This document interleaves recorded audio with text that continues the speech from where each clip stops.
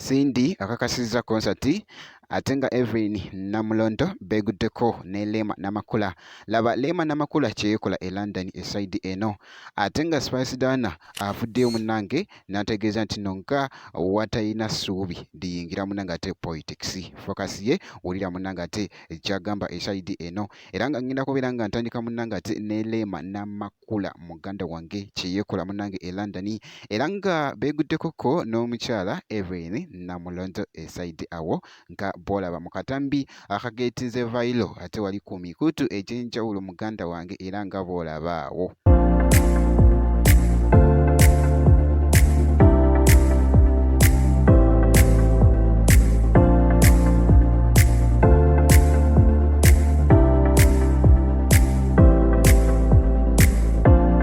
Era nga ku side emu tuteeddeko wali ebifaananyi ebigeetinze vailo ku mukutu munnange ogwa Instagram ebitredingidde ddala. Omukyala abadde ayambadde ebikumba anti wali London gubadde muzigo omwereere era nga gy'akyali okubeera nga araninga ate show ye eside eyo. Jjukira nti no baageze wali ne Mesaki Semakola kosa mwana mulenzi Vailota kosa ate ne Guy omulala munnange ate eside eyo e London, era nga bwekityo munnange ate bwekitambudde ku Lema Namakula. Kati awo kankugyeko ate nkutegeezeko nti no Spice Dana munnange afuddeyo wali n'ategeeza nti no nti ye munnange nti no focus ye afokasinze munnange ate ku music, era nga ye talina ssuubi ate munnange ate oba tali interested munnange ate kuyingira politics.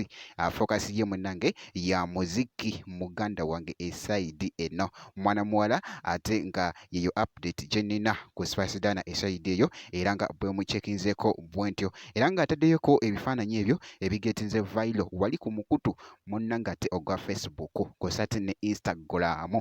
Kibadde kitambwira ddala bulungi nnyo okukamalako obumazi. Kati munnange awo kankugyewoko ate nkutegeezeko nti no Cindy Sanyu avuddeyo munnange nakakasa oluvannyuma lwa Shiba munnange okuba lugogo, era nga ne Cindy munnange eside eno abawagizi be munnange ate bamisinga ate mwana muwala Cindy Sanyu, era mbu naye nti nno ayinza munnange ate okutegeka lugogo muganda wange Cindy, era bw'atyo mu katambi bw'afuddeyo muganda wange n'atukakasa wali nti agenda tuyiwamu ate concert, era nga bolaba mu katambi awo.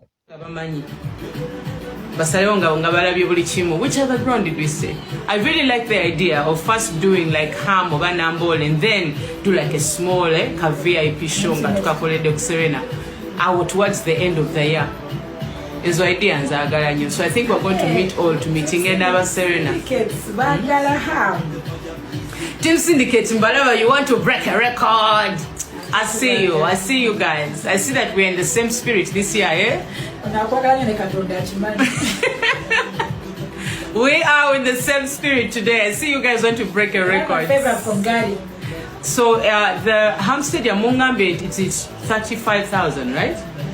But no, if we filled up Lugogo, we can do Ham if you work with me.